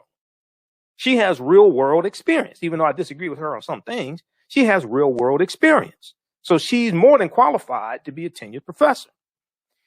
So Dean Freeland went on to say, so that justification just doesn't really hold a lot of water. He said, I've certainly observed that the board has a number of Republican and conservative individuals on it, the board there at University of Chapel Hill who made this decision. He said, I think you can make of that what you will. Okay, so read this article. I don't have time to get through all of it. Read this here from NBC News. UNC withholds tenure for 1619 Project journalists after conservative backlash. Okay, I want to remind you also before we run out of time here, register for the online course that I teach, Ancient Kemet, the Moors, and the Maafa, Understanding the Transatlantic Slave Trade, what they didn't teach you in school. This is a 9-week online course that I teach, 12 noon to 2 p.m. Eastern Standard Time each Saturday. We deal with thousands of years of history and what led up to the transatlantic slave trade taking place. We also deal with the African presence in this land we call the United States of America, going back thousands of years ago. And I'm going to reach out to Dr. David Imhotep again to come speak to my class again. He spoke to my class back in March 2021 when I taught the class. He's one of my guest speakers. We do the classes live. All the sessions are recorded, so you can go back and watch it over and over again. Class is regularly $130. It's on sale $80. So we just posted a link here. You can register for it. As soon as you register, you can watch the class from Saturday, May 22nd. Our guest speaker was cultural archaeologist and cultural scientist, Sista Nubia Wardford, who travels to the Sudan to do archaeological digs. We dealt with the origins of ancient Kush and the African queens of Antiquity. You can support the African History Network also, $ TheAHNShow through Cash App, $ TheAHNShow through Cash App, also through PayPal, paypal.me/TheAHNShow, paypal.me/TheAHNShow, or at our website, AfricanHistoryNetwork.com. And we have the lecture that I've done dealing with. It's a 2.5-hour lecture I've done dealing with the history of Black Wall Street in Tulsa, Oklahoma. It's a fantastic presentation. Black Wall Street from destruction to the resurrection of economic empowerment. That's on the homepage of our website, AfricanHistoryNetwork.com. Also, we have that in DVD format and digital download format as well. Okay. So on our show, on tomorrow's show, we're going to talk about this story here out of Texas. All right. And I know we're about to lose 9:10 a.m. Superstation WFDF. So those watching on our Facebook fan page, The African History Network, The African History Network, and my YouTube channel, Michael Imhotep, IMHOTEP. Keep watching. We're going to keep broadcasting for a few more minutes. We're going to wrap this up here because I want to go to this segment here from MSNBC dealing with Nikole Hannah-Jones. But this is something we're going to talk about on tomorrow's show. This is out of Texas. Texas pushes to obscure the state's history of slavery and racism. Texas is awash in bills aimed at fending off critical examinations of the state's past. Now, this is from the New York Times, okay? This is a big article from the New York Times, May 20th, 2021. This ties into all this fight that's going on right now over history and how to teach the history. Whoever controls the teaching of the history controls the trajectory of the future.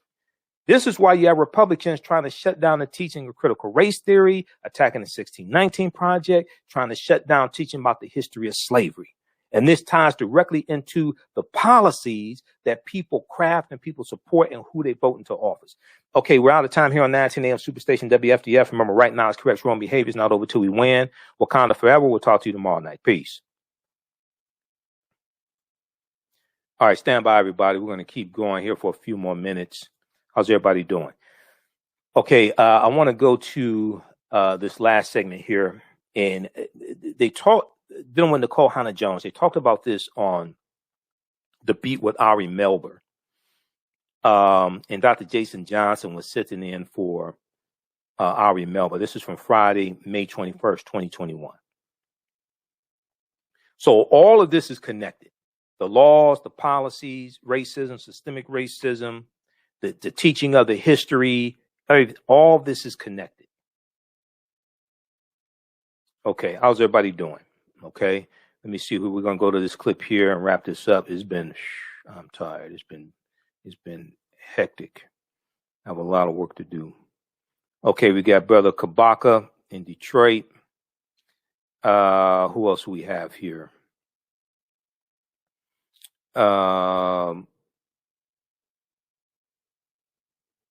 Renetta, Gregory, Robert. Okay, just a few of the people watching. Share this broadcasting on social media platforms. Invite your friends to tune in. Who still needs to register for the online course that I teach? Ancient Kemet, the Moors, and the Maafa, understand the transatlantic slave trade, where they didn't teach you in school. Also, I'm going to post a link here for the, this is for my lecture dealing with the history of Black Wall Street in Tulsa, Oklahoma. We also have bundle packs at my website, AfricanHistoryNetwork.com. But this is, that's the link for the DVD lecture that I've done dealing with the history of Black Wall Street. We also have it in digital download format as well. Okay. Yeah, I want to go to this clip here from The Beat with Ari Melber. Dr. Jason Johnson was sitting in for Ari Melber, and they were dealing with Nikole Hannah-Jones being denied the GOP pushing bill to ban teaching of history of slavery. But they also talked about Nikole Hannah-Jones as well. Let's go to this clip. Now that a conservative effort to suppress classroom lessons about racism and slavery. The Times reporting on nearly a dozen Republican-led states seeking to ban or limit how the role of slavery and the pervasive effects of racism can be taught. Fox News goes all in on the issue. Curriculum that teaches their kids to hate their country. The political left, in perpetuating this myth that America is a fundamentally racist country. Joe Biden now wants to spend your money on critical race theory lessons for our country's already distressed students. Last month, the Department of Education proposed a regulation that directs tax dollars to the race hustlers who traffic in this poison. Tucker is the last person who should be talking about any form of trafficking. Now, parts of academia are aligning with the right-wing rhetoric, and in doing so, exhibiting cowardice and a lack of integrity. So that was a little punk-ass Tucker Carlson, Tuckums, or as Joanne Reed calls them, Tuckums. And Tucker Carlson called Joanne Reed on MSNBC the race lady. See, Tucker Carlson's a white supremacist over at Fox News. He's a white supremacist. Okay, let's continue. Case in point. Explosive fight over the Pulitzer Prize-winning journalist Nikole Hannah-Jones, a recipient of the MacArthur Fellowship Genius Grant. You don't hand those out to everybody. Whose 1619 project famously looked at the legacy of U.S. slavery, and who this year was appointed the prestigious Knight Chair in Race and Investigative Journalism at the University of North Carolina, which is usually a tenured job, except not this time. In a highly unusual step, the university's Board of Trustees denied Hannah-Jones tenure, breaking with the recommendation of the actual journalism department that was hiring her. It's already provoking a backlash. The UNC board claiming today Hannah-Jones has a limited, quote-unquote, academic background, even though she received her master's degree from, wait for it, University of North Carolina, which I should note is also my alma mater where I got my doctorate, and I know the difficulty that they put people through. So what's really going on here? Well, first, there's the larger issue of diversity in academia. It's important to note just 5% of tenured professors at bachelor's universities in America are black. There are a larger percentage of African-American astronauts than black people who are tenured in this country. It's easier for us to get shot into space than actually teach undergrads. But there's also the cowardice element. Universities supposedly committed to the free exchange of ideas, which is now afraid of what Nikole Hannah-Jones might say in the classroom. Would prefer to bend to politicians like Mitch McConnell, who is on a crusade against the 1619 project, which I'm sure he hasn't read. And those voices over on, the crazy place, Fox. The entirely fraudulent 1619 project headed by Nikole Hannah-Jones. This Hannah-Jones dispute leads to a larger question. Why was a woman who distorts history even up for a tenure position at any university in the first place. That might be the largest number of black people they've ever had on their shows. Joining me now that was Laura Ingram. Professor of journalism at Columbia University, Jelani Cobb, and editor-at-large for the 19th, and an MSNBC contributor, Aaron Haynes. I can't wait to have this discussion with both of you today. Aaron, I'm going to start with you. You wrote really one of the first pieces that people were paying attention to in the 19th about UNC's board stepping in and stopping the department from offering tenure to Hannah Nikole Jones. But you also say this is part of a larger problem that we've got happening all across America right now? Well, yes. And Jason, let me just stop you there. My colleague Mariel Padilla wrote that story for the 19th. But I'm glad that we had it on our site because it absolutely is in the wheelhouse of what we care about at the 19th. But listen, I am based in Philadelphia where we love telling stories about the framers, the founding fathers, right? When it comes to folks like George Washington, Thomas Jefferson, Benjamin Franklin, we can't tell that story about America enough, right? But when it comes to slavery, why can't we move on? Let's move on. And as somebody who's long covered race issues, this backlash against telling the truth, I heard Laura Ingram call it distorting history, but actually correcting the record. Is something that this is usually the reaction to that from some corners of the country who really do not want to confront that history in our country. And listen, if journalism is about afflicting the comfortable, Professor Hannah-Jones has certainly struck a nerve here.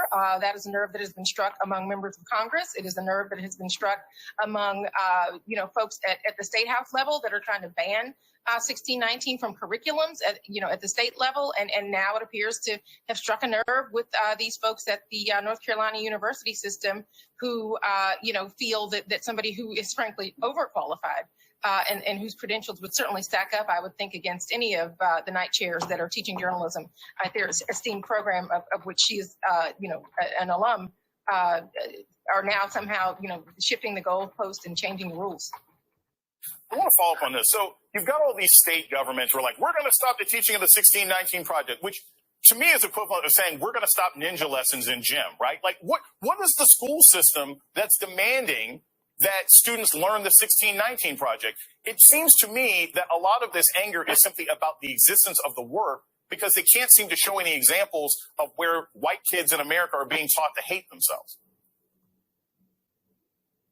Yeah, well, I mean, look. Yeah, so this is the Pulitzer Center, offer this curriculum to school districts across this country, many of whom took them up on that offer, right? Because they are trying to fill in the gaps that, frankly, a lot of our Black mothers and fathers had to do for us because we were not learning the full U.S. history when we, were in elementary, middle, high school, college in some cases, unless we were seeking that out on their own or unless our families were filling in those gaps for us. This was not history that was being taught. And so, now that this is available for folks, there are folks at the state level, as there have been folks at the state level. Look, the Daughters of the Confederacy didn't want the Civil War talked about, didn't want slavery talked about in certain terms that were mean or ugly or hurtful to the country or to certain Americans. So, yeah, this is certainly part of a long history of really trying to keep that history away from folks. And really, all Americans are the worst for not really having a fuller picture of who we and where we are as a country. Right. And the Pulitzer Center offering it is not the same thing as it necessarily being required. It's an offer. It doesn't mean that, kids are necessarily being indoctrinated. Jelani, I want to bring this out to sort of a larger discussion. This is, you're a history professor. This seems like a larger problem that we see about how Black excellence is treated, right? This is reminiscent of when the University of Arizona brought President Obama in 2009 and said, we want you to be our keynote speaker, but we don't want to offer you a degree. No shade to anybody who went to University of Arizona. But if you think the President of the United States is good enough to come to your school, I think it's good enough to give him an honorary degree. As a scholar and as an academic, how do you look at the nuances of the fact that the board is okay with having Ms. Hannah-Jones there, but they just don't want to give her tenure? Well, I think they weren't really okay with having Ms. Hannah-Jones there. That happened through the machinations of the other layers at the institution that are really intent on having her presence on campus for reasons that make a lot of sense. But, the fact of the matter is that if we went through her credentials, which include a MacArthur Genius Award, a Pulitzer Prize, 2 Polk Awards, a Peabody Award, and 3 National Magazine Awards. So, Jason, you and I have been around academia for a long time. Correct me if I'm lying when I say that would be an impressive total for a department.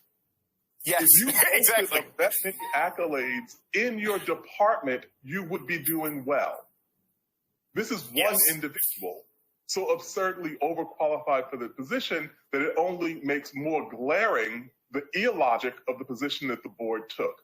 And so this is absolutely about that. And one other thing that I'll add really quickly is that this is an attempt to re-enshrine the syllabus of lies about the American past that were a rationale for white supremacy. There has been an ongoing assault. W.E.B. Du Bois wrote about this. He called it the propaganda of history.